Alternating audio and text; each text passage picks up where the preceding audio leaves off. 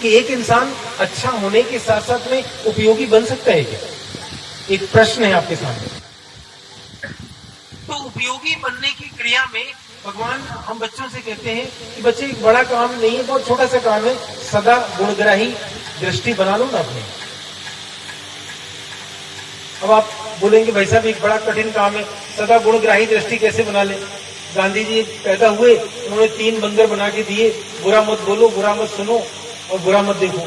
हमको लगा कि उन्होंने मना किया, अपन 3 ही काम करके देख लेते हैं। तो भरपेट हमने बुरा देखा, भरपेट हमने बुरा सुना और भरपेट हमने बुरा बोला। तो गांधी जी को भी हमने फॉलो नहीं किया। तो फिर एक मनोवैज्ञानिक होने के नाते चिंतन आया कि मैं ये आपसे क्यों बोलूं कि बुरा भी नेगेटिव शब्द है और मत देखो भी नेगेटिव शब्द है। इसकी जगह एक नई बात कही जाए, आप अच्छा देखो ना। हो सकता है कि ये बात अंतर्मन में बैठ जाए और हम अच्छा देखने लगे, अच्छा बोलने लगे, अच्छा सुनने लगे।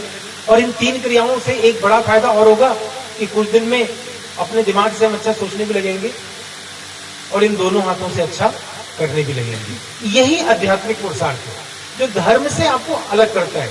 धर्म एक लीक पर आप चल रहे हो, लेकिन जब पुरुषार्थ की बात आती है तो एक इंसान गुणात्मक रूप से अच्छा कैसे हो, इसके लिए वो कर्म करना शुरू कर देता है। और उस कर्म की सबसे बड़ी पहचान है, सभी धर्म ग्रंथों में मिल जाएगी। मुझे सभी धर्मों के बीच में जाने का मौका मिलता है, मैं उनसे कहता हूँ। अभी लास्ट समय में नासिक में था, तो वहां पर जैन दर्शन की हम लोग बात कर रहे थे। तो मैंने उनसे कहा कि देखिए, आपके पास में प्रथमानी योग है, इसकी बड़ी भारी किताब है और मुझे पढ़ने का सौभाग्य प्राप्त हुआ है। उसके बाद में आपके पास में कर्णानी योग है, अर्थात कर्म की फिलॉसफी के बारे में बताया गया है। उसके बाद आपके पास में चरणानी योग है, चरित्र कैसे ऊंचा बने इसके बारे में बताया गया है। इसके बाद एक और आपके पास में अलौकिक पुस्तक है, बड़ी अच्छी पुस्तक है, उसका नाम है दिव्यानी योग। तो जब मैंने उनसे कहा कि अभी हम चाहते तो अपने सेंटर पे रुक सकते थे, लेकिन हम आपके बीच में क्यों रुके? क्यों हम धर्म के इस मंदिर में रुकने के बाद में सीखने का प्रयास कर रहे हैं? क्योंकि हमने यह अंदर में स्वीकार कर लिया कि जब तक जीना है, ज्ञान कहीं से मिले उसे उठाना है। तो मैं ये देखने का प्रयास कर रहा था यहाँ पर कि आपके जो संत लोग हैं वो प्रथमानी योग की, कर्णानी योग की, चरणानी योग की और दिव्यानी योग की विवेचना कैसे करते हैं।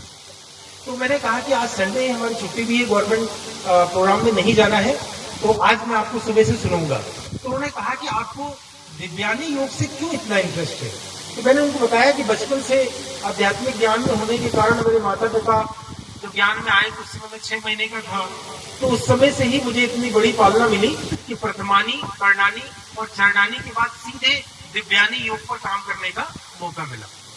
तो उन्होंने मेरे से बोला कि आज क्या सुबह से शाम तक आप सुनेंगे? मैंने कहा हाँ, मैं सुनूंगा। तो उन्होंने एक प्रश्न और किया कि कौन सी ऐसी बात रहेगी जिसके कारण आप उठ के चले जाएंगे? तो मैंने बोला ये क्यों पूछ रहे हो आप, ये आपके मन में नकारात्मक बात कैसे आ गई? हम लोग तो सकारात्मक के लिए काम करते हैं।